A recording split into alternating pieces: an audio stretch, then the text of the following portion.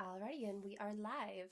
Hello, my name is Madison Weaver, and today I'm going to be talking about decomposition post-mortem. Now, our chemistry project was to go over a type of process that takes place post-mortem, after death, and decomposition is a very grand one. It is a very wide topic. However, we're going to be talking about the physical and chemical changes decomposition undergoes, as well as how it interferes with the process of embalming, how it makes it challenging or not for an embalmer, and the embalming process. First, a couple of things to take note of. I am recovering from pneumonia, bronchitis, and I might sound a little nasally. I also might be a little sneezy or runny nose, so I apologize in advance. I also want to say viewer discretion is advised for some of the images that are in this presentation, as it is a scientific research project, and we're going to be talking about all things after death. So, just a little fair warning. However, I did try to make this a little more of a lighter presentation as well when it comes to decomposition, because decomposition can be very gross. So I called my project The Art of Decomposition because it truly is a masterpiece for sure, I would say. First, we're going to start with a quote by the entomologist and zoologist Henry Marie Ducrotray de Blainville. I probably just butchered his name, but I found his quote very, I would say it hits all the points of what decomposition is, because he says, life is a twofold internal movement of composition and decomposition at once, general and continuous. And what I got from this quote was that he is right. It is continuous, and they are both one in the same, composition and decomposition, because as living beings, we are dying slowly. We hit a certain age and we start to decay and to slowly die. So decomposing doesn't start just after death. It also begins when we start making our way down our lifeline. So, both post-mortem physical changes and chemical changes affect other post-mortem changes, such as rigor mortis, just different things like that. Postmortem caloricity. I've done a couple of different research projects on those as well. But how does decomposition show this through chemical and physical changes? Well, it does both, actually. Decomposition involves both physical and chemical changes, as I've said a few times, that the human deceased body will undergo. Therefore, it affects or causes these changes by going to 5 different stages of decomposition, known as autolysis, bloat, active decay, advanced decay, and skeletonization, or you can even call it, it's known as dry remains in our funeral textbooks. So these are the 5 stages here. And this little skeleton right here would be an example of stage 5, for sure. Alrighty, physical and chemical changes. According to the text Embalming, which is one of our textbooks that we read here at Northeast Texas, the 5 stages of decomposition are autolysis, bloating, active decay, advanced decay, and dry human remains, as we just spoke about on the previous slide. This means that each stage will cause a variety of chemical and physical changes. All of these, all at once, as you can see in this lovely image here. This first stage, autolysis, causes physical change known as algor mortis, according to the text Turning Art into Science, Applying Chemistry to Funeral Service. Algor mortis is when the deceased body cools to the surrounding ambient temperatures, causing the bacteria to begin spreading throughout the body and begin breaking down all of those cells and tissues. So when I see the word autolysis, I always think of breakdown, is how I like to remember. And this image kind of shows you the breakdown our body goes through when it is dead. Another physical change that is caused by the second stage of decomposition is known as hypostasis, where the fluids in the deceased body start to relocate and build up, releasing out of the body's orifices in the form of fluid or gases. So all that stinky odors of smells, all the liquids coming out, the purge, as we call it in the funeral home, as well as the major issue of tissue gas, which can be very complicated and challenging to combat in the embalming room and funeral home. You don't want cases of tissue gas. But, however, it is important to remember that hypostasis can also begin before death in living humans. I just had a discussion with my professor, actually, and I learned that it begins right before you die, or when you're dying, which is entirely based on the state of your circulatory system. So depending on what state your circulatory system is in will pretty much solidify what stage of hypostasis your body is already in when it dies. Were you dying from a disease? Were you dying from a traumatic death in a car accident? It truly depends on where your body was at before it died. This process can then lead to the discoloration of the skin by showing those gross colors and odors that dead bodies are known for. All those greens, purples, the bruising. According to an academic article studying postmortem lividity and decomposition, postmortem hypostasis can become less obvious as decomposition of the body proceeds. This was seen in the images.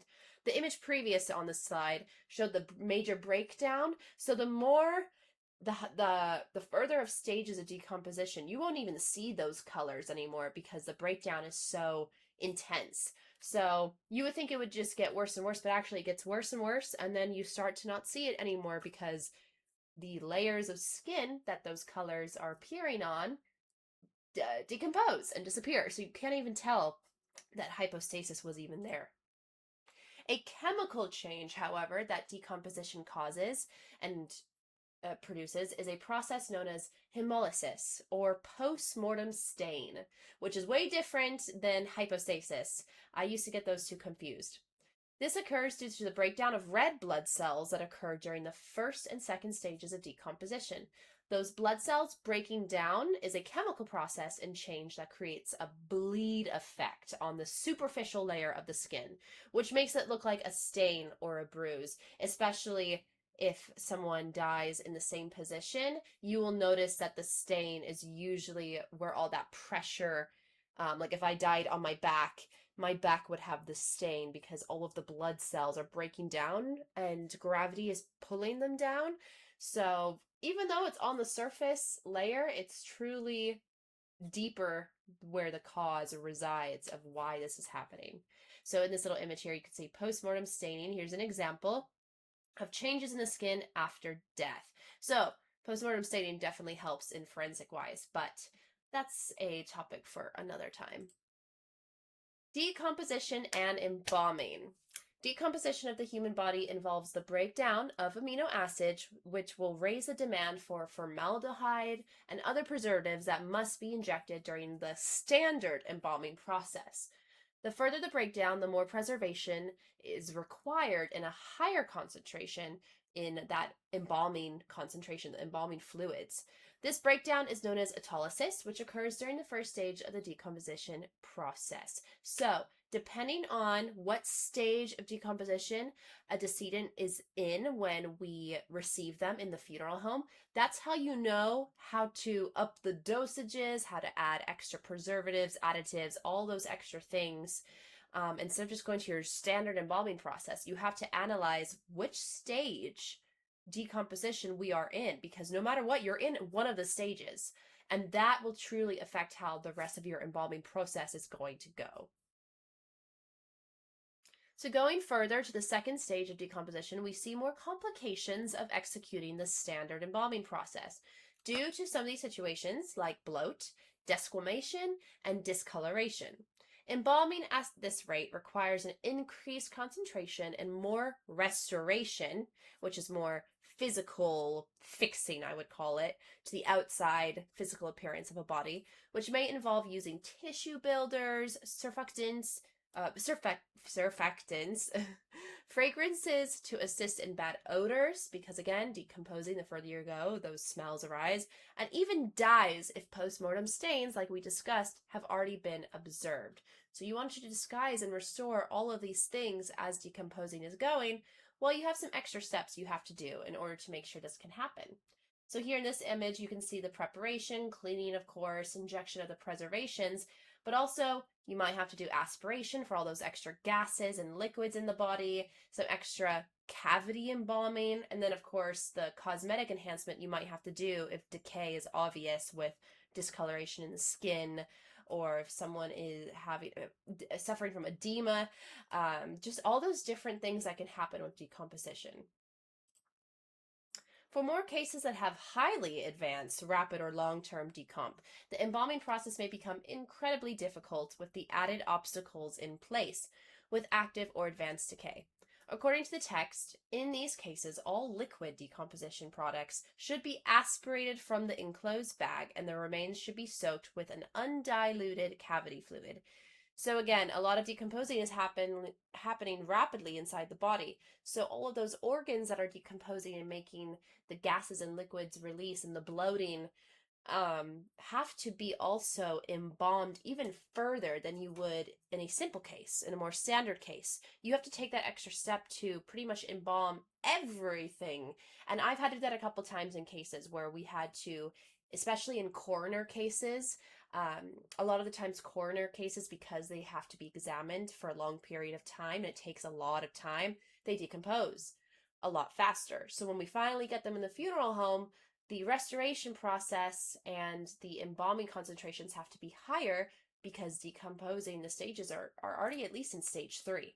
So we have to make sure that all of the internal organs in that cavity are embalmed and preserved as well, especially with something that we will be talking about in the next slide is embalming powder. Decomposition and embalming. Therefore, embalming powder should be used for cases where embalming is more challenging and near impossible.